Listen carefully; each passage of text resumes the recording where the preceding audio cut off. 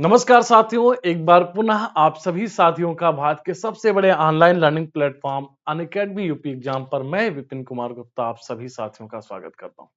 आशा करते हैं आप सब लोग स्वस्थ होंगे, मस्त होंगे। तो ये क्विक रिवीजन की सीरीज है, जिसको मैंने जो अभी आज रात में मैंने नाम सोचा कि इस सीरीज का रखा जाए परीक्षा धाम। ठीक है, क्विक रिवीजन सीरीज परीक्षा धाम के लिए। ठीक है, तो ये सेशन काफी ज्यादा मुझे आपके व्यूज से व्यूअरशिप से पता चल रहा है कि हाँ आप लोग पसंद कर रहे हैं। इसके लिए बहुत बहुत धन्यवाद आपको। एंड कमेंट के माध्यम से उत्साहवर्धन भी कीजिए, थोड़ा सा मुझे और मजा आएगा, अंदर से मोटिवेशन मिलता है कि अरे मजा आ रहा है। ठीक है, तो ये उस क्रम में ये चौथी कड़ी है। अब पिछले टॉपिक पे, इससे पहले मैंने 2 सेशन लिए जैनिज्म पर। जर्नलिज्म पर 2 सेशन लिए हैं और जर्नलिज्म पर हमने, और मुझे पूरी उम्मीद है कि मतलब ईपीपीसीएस प्रीलिम्स हो, आरओ हो या अन्य किसी भी प्रदेश के हो एग्जाम हो, उनमें जर्नलिज्म से इससे बाहर क्वेश्चन नहीं आएगा। और इससे के पहले जस्ट हमने एक सेशन लिया, जो हमने लिया महाजनपद काल पे, और हमने आपको बताया कि महाजनपद काल जो आया पढ़ा हमने, महाजनपद काल पढ़ा, तो महाजनपद के बारे में जो सीधा सीधा प्रश्न पूछा जाता है कि सर महाजनपद काल के बारे में जानकारी कहां पता चलती है, तो जैन साहित्य और उसके साथ साथ बौद्ध साहित्य, उसके साथ साथ क्या है, बौद्ध साहित्य के माध्यम से क्या है हमें पता चलता है। बौद्ध साहित्य है अगुंतर निकाय, एंड जैन साहित्य क्या है, भगवती सूत्र, इनके माध्यम से हमें पता चलता है कि क्या होता है कि 16 महाजनपद, उत्तर भारत में कुल 16 महाजनपदों के बारे में हमें उल्लेख मिलता है। फिर साथ ही साथ हमने ये भी देखा कि उन 16 महाजनपदों की राजधानी और 16 महाजनपद कौन कौन से थे, उनकी राजधानी, और उनकी राजधानी के साथ साथ हमने ये देखा कि उनकी वर्तमान लोकेशन क्या हुआ करती थी। एक क्वेश्चन मिल जाएगा हर हाल में आपको कि राजधानी से मिलाने वाले में, मतलब 4 ऑप्शन दे दिए जाएंगे, जैसे काशी दे दिया गया, कौशल दे दिया गया, मगध दे दिया गया, अंग दे दिया गया कि इनकी राजधानी सुमेलित कीजिए कि इनकी राजधानी क्या क्या हुआ करती थी। या कभी कभार पूछ लिया जाता है कि इनकी वर्तमान में इस लोकेशन पर स्थित, इस स्थान पर स्थित ये कौन सा महाजनपद हुआ करता था। तो ये हमने पढ़ा, और महाजनपदों के बारे में ढेर सारे हमने जानकारी कर ली थी। इसके साथ साथ हमने इस पे भी चर्चा कर ली थी कि इन 16 महाजनपदों में, ये जो आपके महाजनपदों की संख्या कितनी है, 16 महाजनपद है। इन महाजनपदों में कौन कौन से है, 16 महाजनपदों में यूपी में कितने हैं, तो हमने आपको बताया होगा कि यूपी में 8 8 महाजनपद हैं। साथ ही साथ हमने आपको यह भी बताया होगा कि इन 16 महाजनपदों को हमने 2 सेक्शन में बांटा है पिछले सेशन में। एक तरफ हमने बताया है कि राजतंत्रीय व्यवस्था रही है, जो कि कितने में, 14 महाजनपद में राजतंत्रीय व्यवस्था रही है। और वहीं पर अगर देखा जाए गणतंत्र व्यवस्था किसमें रही है, तो 2 में गणतंत्रीय व्यवस्था रही है, गणराज्य रहे हैं। दो कौन कौन से हुआ करते थे, एक आपका था वज्जी संघ और दूसरा था आपका क्या है, मल्ल संघ। मल्ल संघ, ठीक है, ये 2 हुआ करते थे। वज्जी संघ के अंतर्गत कुल कितने गणराज्य आते थे, तो वज्जी संघ के अंतर्गत 8 गणराज्य आते थे।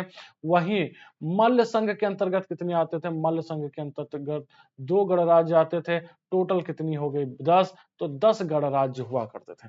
मैंने क्वेश्चन ये पूछा था, ये भी पूछा था कि भैया इन 10 गणराज्यों में कुल कितने गणराज्य उत्तर प्रदेश में स्थित हैं, तो जरा कमेंट सेक्शन में जवाब दीजिएगा। ठीक है, कि कुल कितने गणराज्य जो हैं, 10 गणराज्यों में कुल कितने गणराज्य उत्तर प्रदेश में स्थित हैं और उनके नाम क्या क्या हैं, ये कमेंट सेक्शन में जवाब दीजिएगा। ठीक है, सेशन स्टार्ट करने से पहले जरूरी सूचना ये है कि आप सभी साथियों के लिए आप बता दिया जाए कि इस बार की जो यूपीपीसीएस की टॉपर रही दिव्या मैम, ये हमारी अनअकैडमी की रेगुलर स्टूडेंट प्लस स्टूडेंट रही है। तो आप भी हमारे साथ अनअकैडमी प्लस पर जुड़ सकते हैं।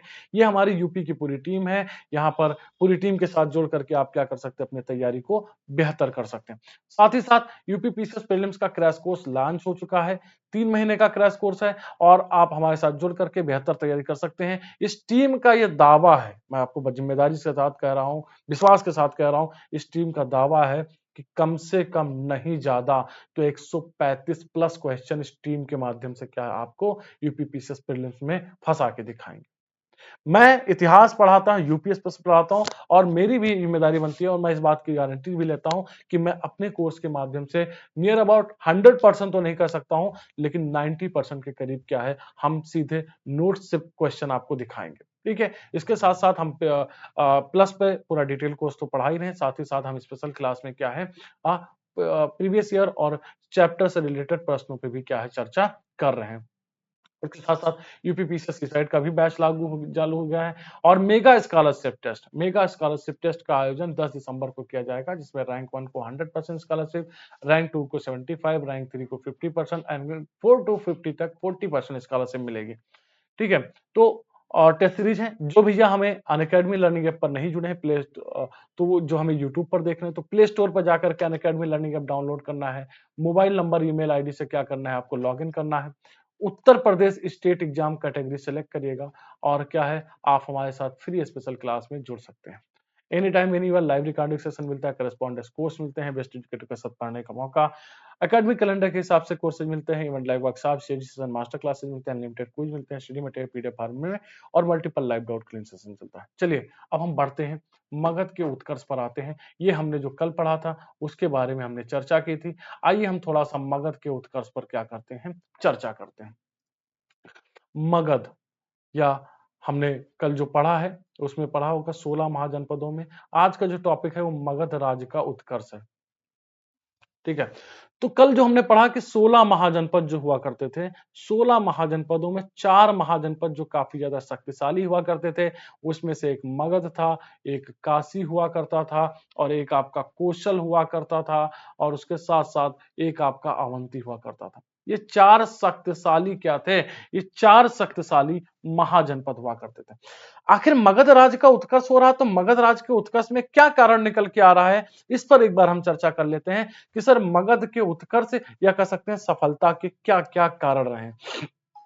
तो पहली बात तो देखा जाए तो पहली बात अगर हम बात करते हैं तो मगध की क्या रहेगी, पहली तो मगध की भौगोलिक स्थिति, इसका जो पहला कारण निकल के आता है कि सर मगध की क्या है, भौगोलिक स्थिति बहुत ही ज्यादा महत्वपूर्ण है। मगध देखा जाए तो मगध प्राकृतिक रूप से क्या है, एक प्रकार से अभेद किला जैसा रहा है, मतलब भेदना यहां तक पहुंचना काफी ज्यादा मुश्किल हुआ करता था। कारण क्योंकि मगध की जो प्रारंभिक राजधानी हुआ करती थी ग्रीवरज, या जैसे आप जानते हैं राजगृह या ग्रीवरज का नाम सुना होगा, तो ग्रीवरज जो था ये 5 पहाड़ियों के से चारों तरफ से घिरा हुआ था। 5 पहाड़ियां कौन कौन हुआ करती थी, तो 5 पहाड़ियां, एक बराह पहाड़ी हुआ करती थी, वृषभ पहाड़ी हुआ करती थी, वैभार पहाड़ी हुआ करती थी और ऋषिगिरी पहाड़ी हुआ करते थे। उसके साथ साथ चेत्यक पहाड़ी, ये 5 पहाड़ियां हुआ करती थी। तो 5 पहाड़ियों से क्या है, मगध की जो राजधानी थी, मगध की राजधानी जो गिरिव्रज हुआ करती थी, ये 5 पहाड़ियों से क्या हुआ करती थी, ये घिरी हुआ करती थी। ठीक है, और मगध की जो दूसरी राजधानी रही है, मगध की जो दूसरी राजधानी अगर हम बात किया जाए, दूसरी राजधानी की बात किया जाए तो दूसरी राजधानी इसकी क्या रही है, दूसरी राजधानी इसकी रही है बेटा पाटलिपुत्र। दूसरी राजधानी इसकी क्या रही है, पाटलिपुत्र। जो पाटलिपुत्र रही वो 3 नदियों से घिरी रही है, गंडक, गंगा और सोन, ये 3 नदियों से क्या रही है, 3 नदियों से घिरी रही। तो भैया वहां तक पहुंचना थोड़ा सा मुश्किल था, और जब तक राजधानी पे कंट्रोल नहीं तब तक राज्य पे कंट्रोल नहीं, आप जानते ही हैं। ठीक है, तो ये भौगोलिक स्थिति बहुत बड़ी। उसके साथ साथ योग्य राजाओं की एक सीरीज थी यहाँ पर, मतलब मगध को बिंबिसार शासक मिलता, हर्यक वंश का अजातशत्रु जैसा महान शासक मिल जाता, तो ये शासक मिले और बाद में और भी ज्यादा शक्तिशाली भी हो जाते हैं। उसके साथ साथ तो दूसरा कारण क्या हो जाएगा, योग्य राजा, योग्य राजा भी मगध के उत्कर्ष में कारण आ जाते हैं। तीसरा क्या है बेटा कि भैया लोहे के समृद्ध भंडार हमें यहाँ पे मिले हैं, क्या मिले हैं, लोहे के समृद्ध यहाँ पर भंडार भी हमें प्राप्त हुए हैं। अब क्या है, लोहे के समृद्ध होने के भंडार होने के कारण यहाँ व्यापार और कह सकते हैं वाणिज्य में का एक केंद्र बन गया, और इससे आर्थिक स्थिति में भी क्या हो रहा है, सुधार हो रहा है। उसके साथ साथ कुशल युद्ध कला भी एक बहुत बड़ा कारण रहा है, क्योंकि आप जानते हैं आगे चलकर मैं बताऊंगा कि इन्होंने कह सकते हैं कुछ नए हथियारों का प्रयोग किया। एक महाशिला कंटक नामक एक हथियार हुआ करता था, एक रथ मूसल नामक हथियार हुआ करता था, जो आपने शायद आप लोगों ने बाहुबली मूवी देखी होगी, इसमें भल्लाल देव का एक रथ रहता है जो आगे से ऐसे घूमते हुए चलता है, चक्र लगा होता है, तो उसे रथ मूसल के नाम से जाना जाता है। पत्थर फेंकते थे महलों से, तो उसे क्या महाशिला कंटक के नाम से जाना जाता है। तो यहाँ पर क्या कुशल युद्ध कला भी एक बहुत बड़ा रोल अदा कर रही है यहाँ पर। तो ये मगध के उत्कर्ष के क्या है कारण रहा। अगर मैं बात करूं कि मगध के एक राज्य के रूप में उत्कर्ष कब हुआ था, तो पुराणों के अनुसार अगर देखा जाए तो मगध पर शासन करने वाला पहला वंश जो हुआ करता था वो बृहदत्त वंश हुआ करता था, और इसके संस्थापक क्या हैं, इसके संस्थापक बृहदत्त हुआ करते थे। लेकिन अगर हम बौद्ध ग्रंथों के हिसाब से चलें तो बौद्ध ग्रंथों के हिसाब से पता चलता है कि मगध का जो प्रथम वंश हुआ करता था, प्रथम वंश की स्थापना हुई थी, वह स्थापना किसने की थी, वो हर्यक वंश हुआ करता था। और हर्यक वंश की स्थापना कौन कर रहा है, तो हर्यक वंश की स्थापना बिंबिसार कर रहा है। बिंबिसार क्या कर रहा है, बिंबिसार हर्यक वंश की स्थापना कर रहा है। तो बौद्ध ग्रंथों के हिसाब से अगर देखा जाए तो मगध का पहला राजवंश हर्यक वंश था। यहां से क्वेश्चन पूछा गया कि हर्यक वंश को और किस नाम से जाना जाता है, तो पैड्रिसीडल डायनेस्टी, पृथहंता वंश के नाम से जाना जाता है। क्यों जाना जाता है, क्योंकि यहां पर राज्य के लिए, राजा बनने के लिए पिता का हत्या उसके पुत्र द्वारा किया जाता है, और इसी कारणवश जब वो पुत्र राजा बनता है तो उसकी भी हत्या उसके पुत्र द्वारा किया जाता है। तो यानी कि यही कारण है कि इसको पृथहंता वंश के नाम से जाना जाता है, पृथहंता के नाम से नाम जानता है। ठीक है, बताया जाता है कि इसका संस्थापक क्या है, बिंबिसार इसका क्या प्रथम शासक हुआ करता है, प्रथम वास्तविक संस्थापक माना जाता है।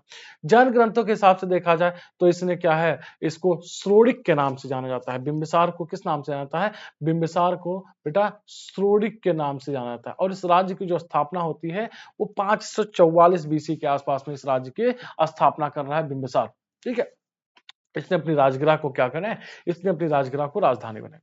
बिंबिसार ने क्या किया, बिंबिसार ने अपनी राज्य की सीमा को बढ़ाने के लिए, राज्य की सीमा को बढ़ाने के लिए इसने मैत्रीपूर्ण संबंध के साथ साथ वैवाहिक संबंध पे जोर दिया।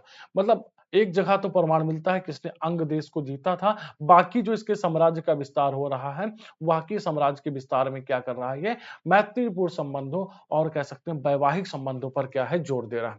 तो कह सकते हैं बिंबिसार ने अंग की राजधानी चंपा को, वहां के उपराजा को जीत करके, और वहां का राजा किसको बनाया, अजातशत्रु को बनाया था। ठीक है, वहां का राजा उपराजा अजातशत्रु, मतलब चंपा को इसने जीत करके, अंग को इसने पहले क्या किया, इसने अंग को जीता, अंग को जीत करके इसने क्या कर दिया, वहां का शासक अजातशत्रु को बना दिया था। उसके बाद बिंबिसार ने वैवाहिक संबंधों के माध्यम से मगध के कह सकते हैं शक्ति में वृद्धि की, मगध के साम्राज्य का विस्तार किया था। और बिंबिसार ने क्या है, कई सारे वैवाहिक संबंध स्थापित किए केवल राज्य की सीमा को बढ़ाने के लिए। तो बिंबिसार ने देखा जाए तो कौशल नरेश परसेनजीत की बहन हुआ करती थी, या कह सकते हैं कौशल राज की पुत्री महाकोशला देवी के साथ क्या है, विवाह किया। और विवाह करने के पश्चात क्या हुआ था, विवाह करने के पश्चात उसे काशी दहेज में प्राप्त हुआ था। काशी की आई जो थी उसे दहेज में प्राप्त, क्या है, अब मगध एक साम्राज्य हुआ करता था, मगध में अंग मिला दिया गया, उसके साथ साथ अब कौशल साम्राज्य भी उसके फेवर में आ गया, काशी भी उसको दे दिया गया। अब मगध साम्राज्य की क्या सीमा में हमें विस्तार देखने को मिल रहा है। साथ ही साथ बिंबिसार ने ठीक है, लिच्छवी गणराज्य के शासक चेटक की पुत्री, चेटक की पुत्री चेलन्ना के साथ विवाह किया था। ठीक है, चेलन्ना के साथ क्या है, इसने चेलन्ना के साथ इसने क्या है, विवाह किया था। ठीक है, चेलन्ना के साथ इसने क्या है, विवाह किया था। ठीक है, उसके साथ साथ इसने मध्य देश की राजकुमारी, मध्य देश जो पड़ता है वो पंजाब में पड़ता है, मध्य देश की राजकुमारी क्षेमा के साथ भी इसने वैवाहिक संबंध स्थापित किए थे। तो देखिए 3 वैवाहिक संबंध स्थापित कर रहा है। एक कौन है, कौशल के राजा के साथ, महाकोशला देवी के साथ,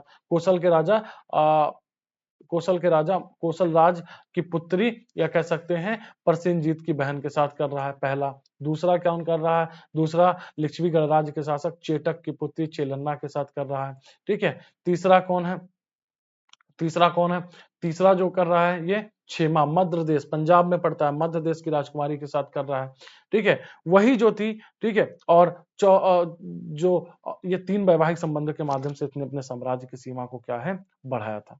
आपको बता दिया जाए, ठीक है, आपको बता दिया जाए अवंती के शासक के साथ भी इसने क्या है, अवंती के शासक साम्राज्य को भी इसने मिलाने की कोशिश की, प्रस्ताव भेजा, पर अवंती का शासक नहीं माना।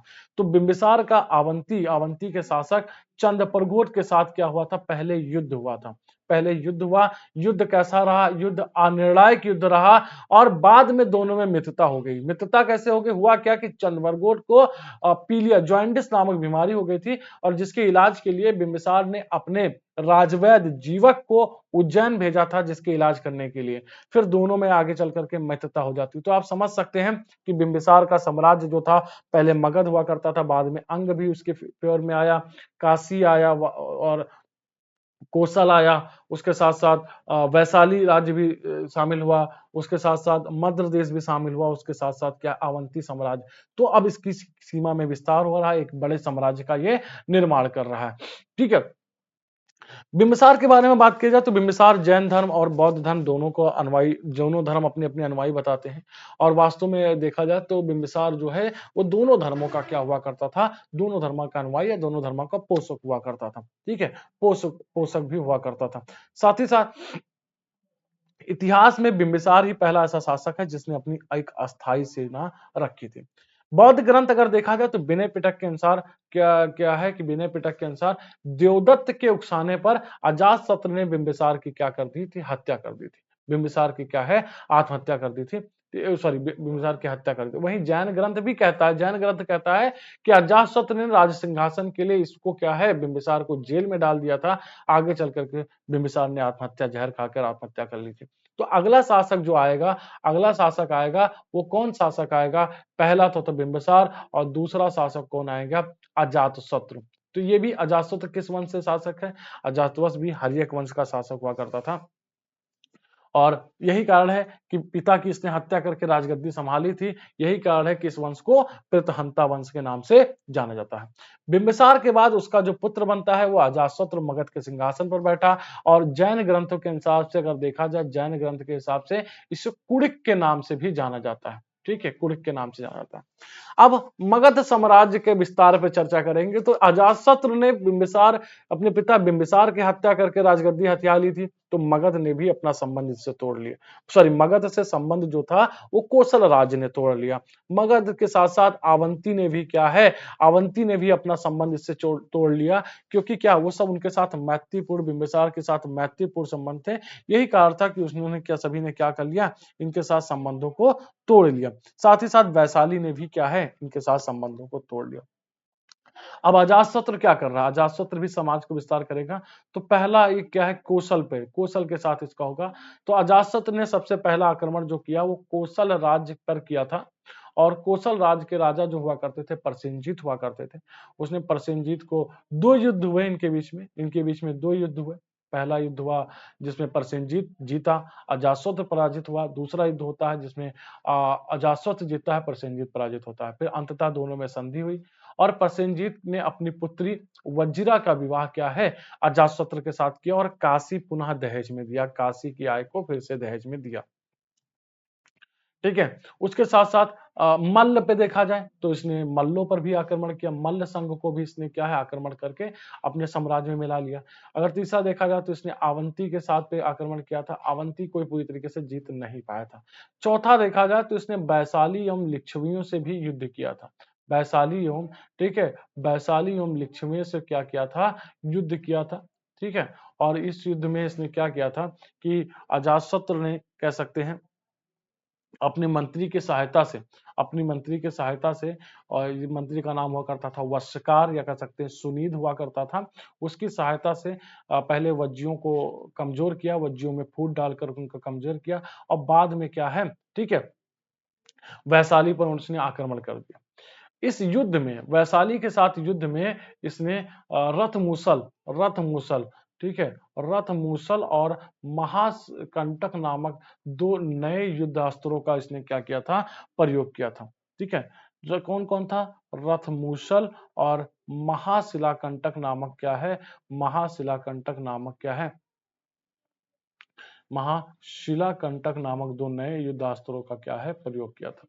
आपको बता दिया जाए, ठीक है। मक्खाल पुत्र गोशाल का, मक्खल गोशाल का नाम सुना होगा। इसी युद्ध के दौरान वो क्या है, इसी युद्ध को देखते समय वो यहाँ पे मारे गए थे। तो ये अजातशत्रु के द्वारा क्या किया गया था, अजातशत्रु के द्वारा साम्राज्य विस्तार किया गया था, ठीक है। अजातशत्रु को बताया जाता है कि इसने उस समय के छोटे छोटे गणराज्यों को क्या कर दिया था, नष्ट कर दिया था। उसके साथ साथ ये भी बताया जाता है कि अजातशत्रु ने पाटलिपुत्र में एक, कह सकते हैं, दुर्ग का, एक किले का निर्माण करवाया था, और जिसका उद्घाटन उसने महात्मा बुद्ध द्वारा क्या है, किया था, ठीक है, महात्मा बुद्ध द्वारा करवाया था। अजातशत्रु ने बुद्ध के सामने स्वीकार किया था कि उसने अपने पिता बिंबिसार की हत्या की है। अजातशत्रु ने इस बात को क्या है, बुद्ध जी के सामने स्वीकार कर लिया था कि उसने अपने पिता की क्या की है, हत्या की है, ठीक है। और अजातशत्रु अजातशत्रु के शासनकाल के दरमियान ही कह सकते हैं कि महात्मा बुद्ध की क्या होती, निर्वाण की प्राप्ति हुई थी, निर्वाण की क्या है, प्राप्ति हुई थी।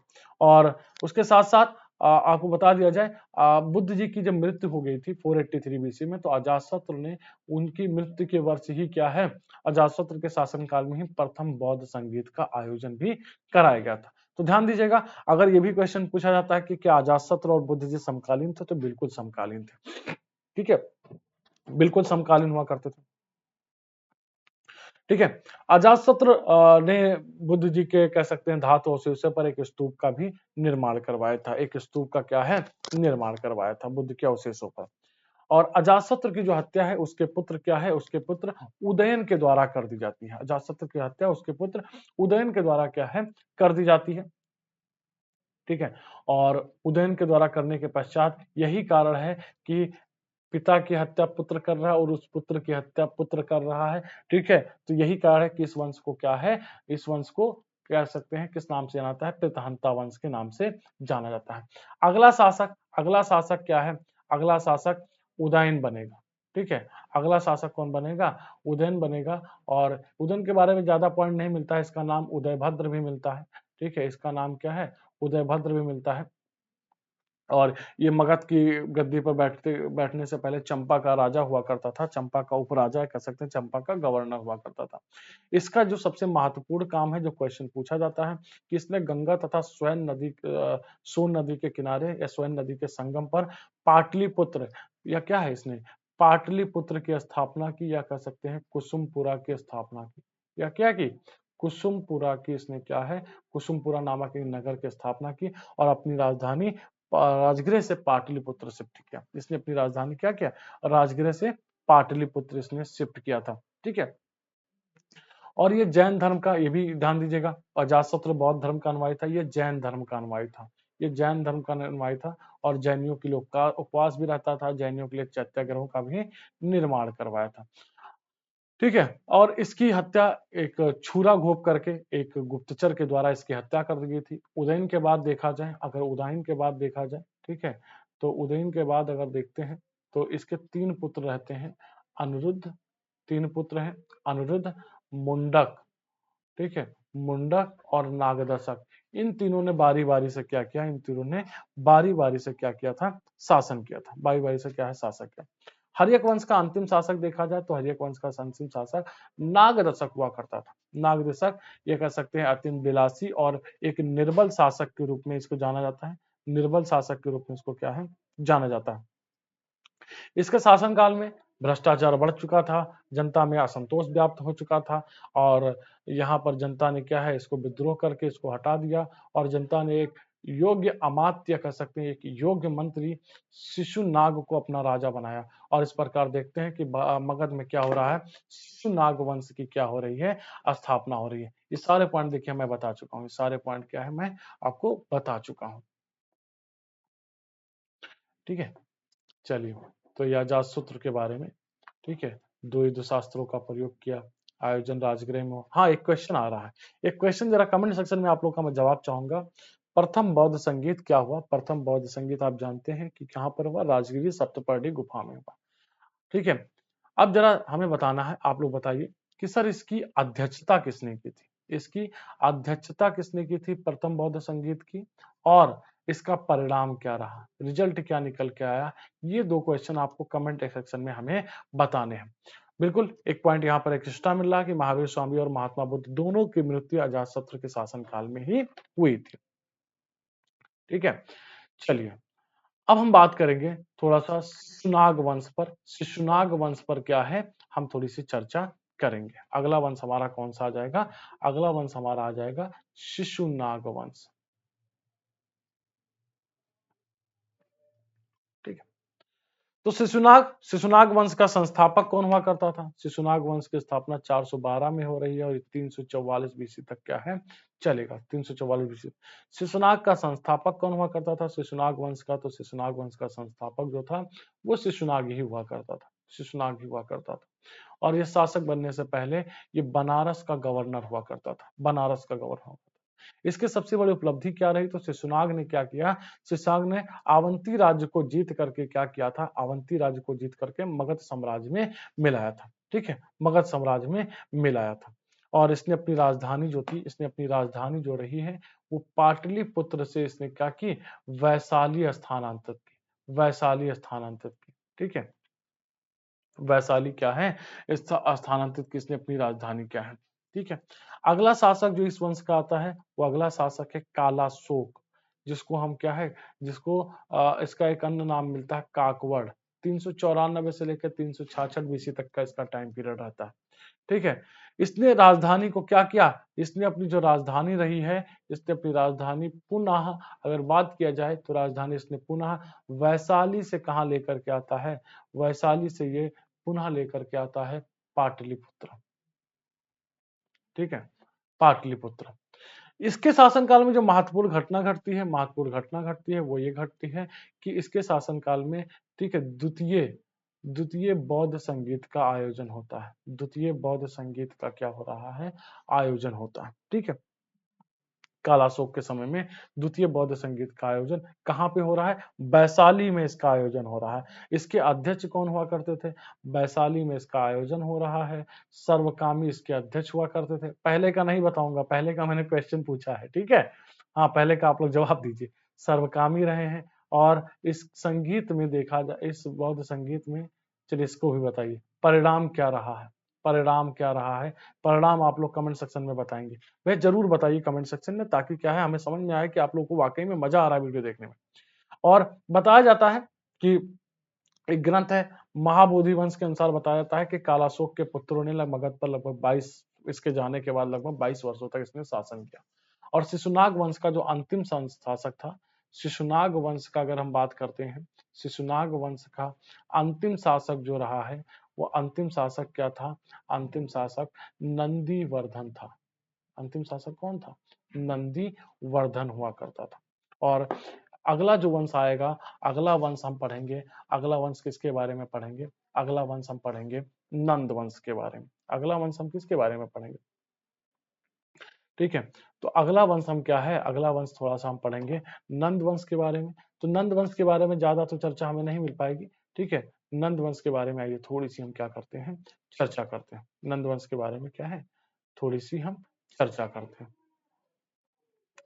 चलिए मैं इधर साइड में आपको बता दे रहा हूँ, इधर ही मैं आपको बता दे रहा हूँ कि नंद वंश के बारे में क्या है, थोड़ी सी क्या करते हैं हम लोग, चर्चा करते हैं। ठीक है, नंद वंश का संस्थापक कौन हुआ करता था? नंद वंश का संस्थापक अगर देखा जाए तो नंद वंश का संस्थापक के बारे में आप जानते हैं कि सर नंद वंश का संस्थापक कौन हुआ करता था? महापदम नंद को क्या है, नंद वंश का संस्थापक बोला जाता है। किसको?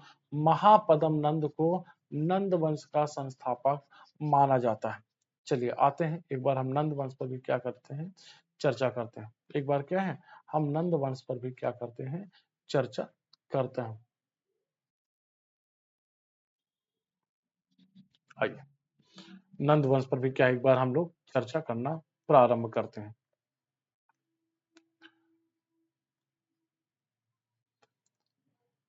नंद वंश, तो नंद वंश जो रहा है, नंद वंश माना जाता है कि 344 बीसी से लेकर के 324 बीसी तक का रहा है। इसकी राजधानी पाटलिपुत्र रही है। संस्थापक देखा जाए तो संस्थापक इसका जो फाउंडर रहा है, संस्थापक इसका जो रहा है वो कौन रहा है, वो महापदम नंद हुआ करता था इसका संस्थापक। ठीक है, इस राजा में, इस वंश में कुल 9 राजा हुए, 8+1, 8 पुत्र थे। 8 पुत्र थे महापदम नंद के, एक खुद महापदम नंद था, तो तीनों तीनों मिलाकर क्या, दोनों मिलाकर नौ नंद कहलाए। ये क्या है, नौ नंद कहलाए। ठीक है, पुराणों में महापद्म नंद को अगर देखा जाए, महापद्म नंद के बारे में देखा जाए तो पुराणों में इसे क्या कहा गया है? सर्व छत्रांतक, या कह सकते हैं क्षत्रियों का नाश करने वाला। इसे पुराणों में अपरशुराम भी कहा गया है। आ परो अपरो परशुराम, मतलब द्वितीय परशुराम कहा गया। इसे क्या कहा गया? द्वितीय परशुराम कहा गया, या परशुराम का इसे अवतार कहा गया। महापद्म नंद को एक छत्र, या कह सकते हैं एक राट की भी उपाधि दी गई है। ठीक है। महाबोधि वंश में इसका नाम उग्रसेन भी मिलता है, उग्रसेन भी इसका क्या है? नाम मिलता है। और महापद्म नंद ने, आपको बता दिया जाए, आप कलिंग के विजय के बारे में हमेशा जानते हैं कि कलिंग की विजय अशोक ने किया था, लेकिन अशोक से पहले भी कलिंग का विजय किसने किया था? महापद्म नंद ने कलिंग की विजय की थी। और कलिंग में जाकर के इसने एक नहर भी खुदवाई थी। और क्वेश्चन पूछा गया है आपके एग्जाम में कि प्राचीन काल में कौन सा ऐसा शासक था जिसने सिंचाई को ध्यान में रखते हुए एक नहर खुदवाई थी? तो वहां पर क्वेश्चन पूछा गया, तो महापद्म नंद है। इसकी जानकारी हमें कहां पर से पता चलती है? तो खारवेल के हाथी गुम्फा अभिलेख के माध्यम से हमें पता चलती है। ठीक है। तो इसने कलिंग, कौशल और है और अस्मक पर नामक स्थानों पर क्या है? इसने क्या है? इसने विजय प्राप्त की। और कलिंग विजय के बारे में अगर देखा जाए तो कलिंग विजय की पुष्टि खारवेल के हाथी गुम्फा अभिलेख से होती है, जिसमें पता चलता है कि महापद्म नंद ने कलिंग से जिनसेन की प्रतिमा को उठा लाया था और बाद में उसे खारवेल वापस भी ले गया था। ठीक है। महापद्म नंद ने कलिंग में नहरों का भी निर्माण करवाया, जैसा कि अभी हमने बताया। ठीक है, जैसा हमने क्या है बताया हुआ करता था। और नंद वंश का जो अंतिम शासक था, नंद वंश का जो अंतिम शासक था, वो अंतिम शासक जो था वो अंतिम शासक जो था घनानंद था। घनानंद से एक पॉइंट से बार बार क्वेश्चन आते हैं कि घनानंद किसका समकालीन था? तो आपको बता दिया, घनानंद सिकंदर का समकालीन था। सिकंदर का क्या है? समकालीन था। तो आपने देखा कि मगध का उत्कर्ष कैसे हो रहा। मगध के उत्कर्ष में तीन नए वंश आ रहे हैं, हर्यक वंश, शिशुनाग वंश और नंद वंश। तीनों में जितने भी महत्वपूर्ण पॉइंट है मैंने एक एक करके बता दिए हैं। ये क्विक रिवीजन की सीरीज कैसी लग रही है? आप लोग फीडबैक जरूर दीजिए। मजा आ रहा है तो जरूर बताइए, कमेंट सेक्शन में जरूर बताइए कैसा लग रहा है सेशन। और जो क्वेश्चन मैंने पूछे हैं उस पर भी क्या करिए, एक बार आप क्या है उस पर भी कमेंट सेक्शन में जवाब दीजिए। प्लीज सेशन को जरूर लाइक करते रहिए। और उसके साथ साथ आज हम बता दें आपको, सेशन को एंड करने से पहले आपको बता दें, जो भैया हमारे लोग हमको अनअकैडमी लर्निंग ऐप पर नहीं देख रहे हैं, प्ले स्टोर पर जाकर के अनअकैडमी लर्निंग ऐप डाउनलोड करिए। जो हमें यूट्यूब पर देख रहे हैं, हमारे साथ स्पेशल क्लास में भी जुड़िए, पेड पे भी जुड़िए। मोबाइल नंबर या ईमेल आईडी से लॉगिन करिए, Uttar Pradesh state exam category select करिए और फिर स्पेशल क्लासेस के लिए जुड़ सकते हैं। अनअकैडमी पर आप सभी साथियों को बता दीजिए, फाउंडेशन बैच यूपीपीसीएस 2025 को टारगेट करते हुए प्री कम मेंस का 12 महीने का फाउंडेशन बैच 23 नवंबर से लाइव हो चुका है। तो बढ़िया मौका है, अपनी तैयारी को हमारे साथ करिए जुड़ करके, बेहतर तैयारी। और उसके साथ साथ यूपीपीसीएस प्रीलिम्स बैच 28 नवंबर से लॉन्च हो चुका है, 3 महीने का है और ढेर सारी टेस्ट सीरीज मिल रही है। तो आप हमारे साथ जुड़ करके अपनी तैयारी को बेहतर करिए। ठीक है। तो आज के सेशन में बस इतना ही। ऐसे ही प्यार आप लोग बनाए रहिए, सेशन को लाइक करिए, शेयर करिए, कमेंट करिए, फीडबैक जरूर दीजिए। उससे क्या है, हमें थोड़ा सा, अरे हमें भी जरूरत होती है मोटिवेशन की। ठीक है। तो आप लोग करिए। मिलते हैं नेक्स्ट सेशन में। नेक्स्ट सेशन भी किसी अच्छे टॉपिक पे लेकर के आ रहे हैं। तो ये आज का सेशन हम यहीं पर समाप्त करते हैं। Thank you, bye bye, take care, जय हिंद, have a nice day. Thank you dear, thank you.